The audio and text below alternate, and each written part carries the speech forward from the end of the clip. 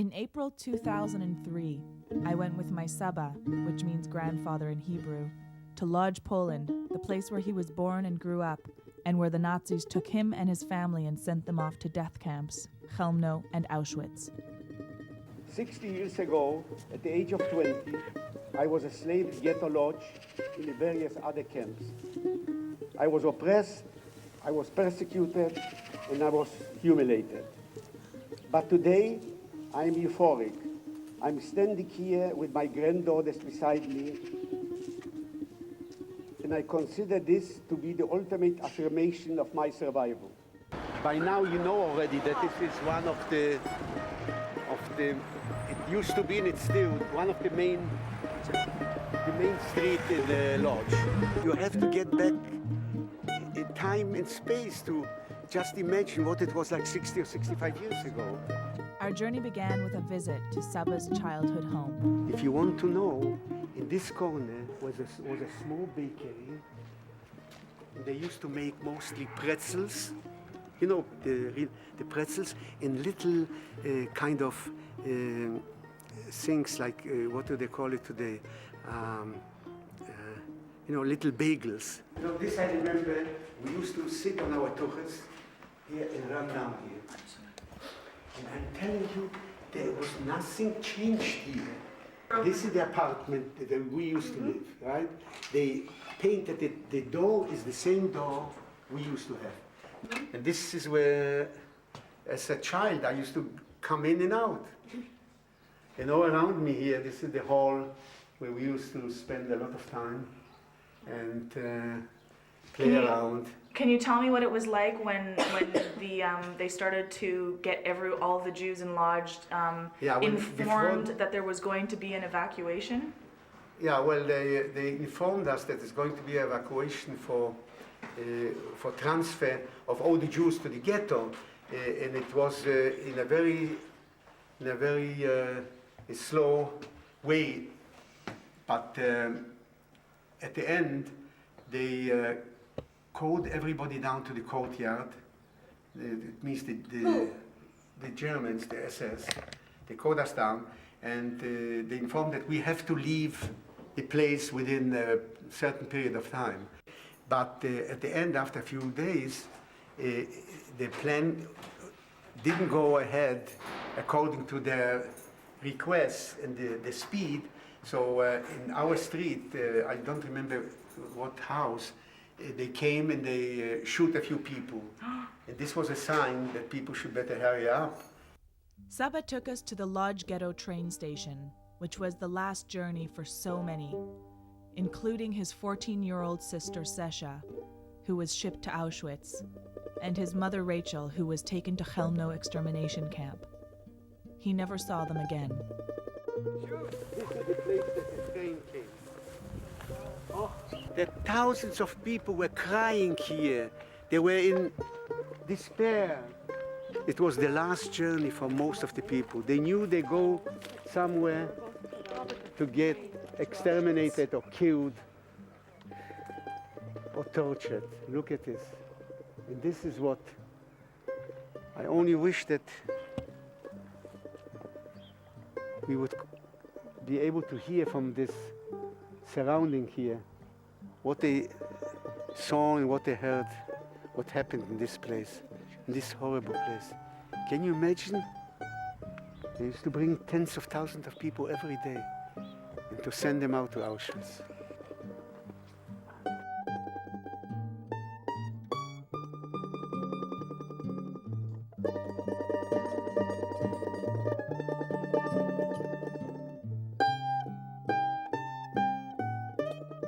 We wanted so much to survive that we didn't care what will be tomorrow or in 2 days, because we were only interested today. I'm hungry now.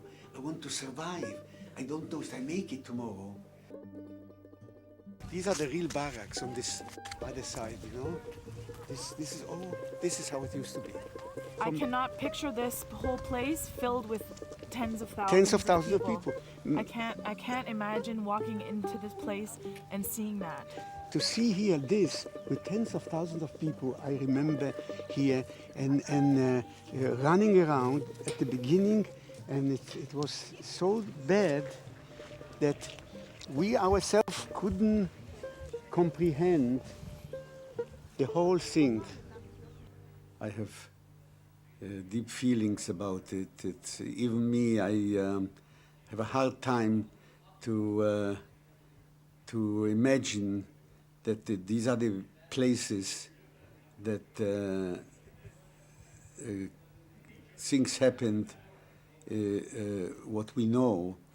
And it was especially very important for me to be with my granddaughters today and to be together. First of all, they gave me a lot of emotional and psychological support in order to face all this again after so many years. And still, it was very hard to comprehend what happened there at the time. As we traveled to Chelmno, a haunting feeling came over me. The sky became dark, the air was bone-chilling, and I began thinking of Saba's mother. What was she thinking when she was on this road? How did she feel being taken from her children? How much was her heart aching? And did she know what fate had in store? When we arrived to Chelmno, we met a Polish woman who was a young girl during the Holocaust, and every day she would walk by Chelmno and see thousands of people crying and screaming. Chelmno was strictly an extermination camp. Anyone who went there was murdered. They brought in here thousands of people, she said. And she said the screams, the crying, it was so terrible, she said. They had to undress here, put the clothing there, in where you see the tree, there were the trucks Stay the car, with the special car. the special inside gas, cyclone, and they were gassed, yeah, and then taken from here to the crematoria to burn them. I cannot believe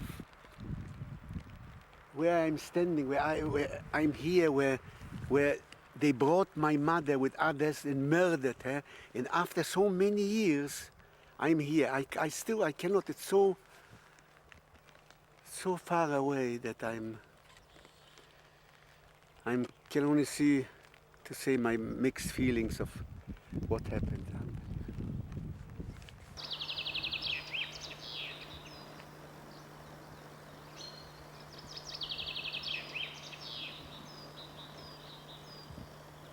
People who were brought here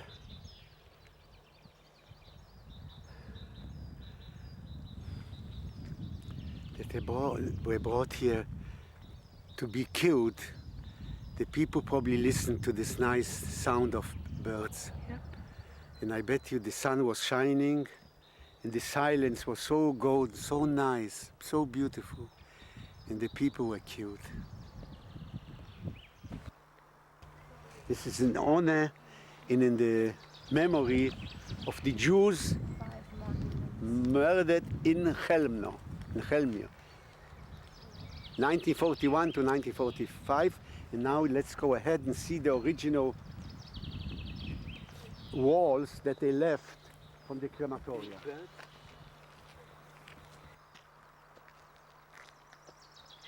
Because Saba was never able to say goodbye, we had a moment of silence in honor of his mother, Rachel.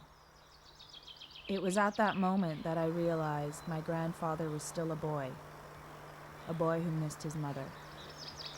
Although the sadness was overwhelming, I felt strong knowing that on the same ground where she was murdered with thousands more, we as a family have survived and have come back to say goodbye. I think the silence expresses the feelings of our fathers. We have come to the end of our journey. This is Chelmno. It's the first time I have been here. This is where our mother, together with thousands of men, women, and children of Ghetto Lodz were exterminated. Now there's nothing left but the mass graves of murdered people and a symbolic piece of wall left from the crematoria. It's an unforgettable moment to share with my grandchildren. Standing in this place where my mother was gassed and burned to death while the world kept silent, we carry in our hearts the promise not to forget. I am proud to be a survivor, and together with my family we will create a better future of peace, tolerance, and freedom.